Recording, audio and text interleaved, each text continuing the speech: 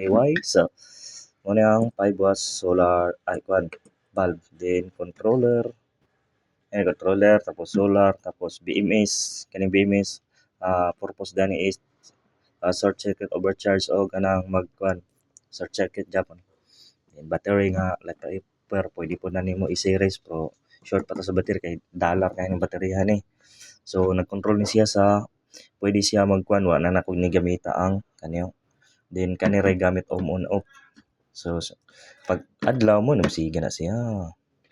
Kani gikuha sana akong bulb ani sa emergency light kaya dali ra lang palitan ra nako kani palitan kani man sa solar din off on nga type C na charger sa mga cellphone, then kani emergency light. So mo pa ginawa ko na then tanawa tyan yan mo rin nagdaltigaw controller murag mo kuha ni siya sa 7 volts ang makuha niya, so di dapat mo lagpas siya o kuhan na 12 volts na kay masunog man ni siya.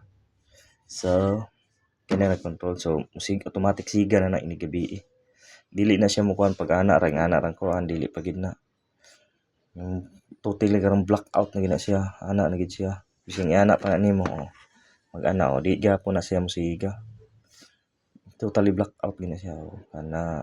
Okay, maura na. So next na po is battery o katong kuan ako XRM sa motor na battery nga $4 lang yung battery. Anam maram sa. Okay, bye.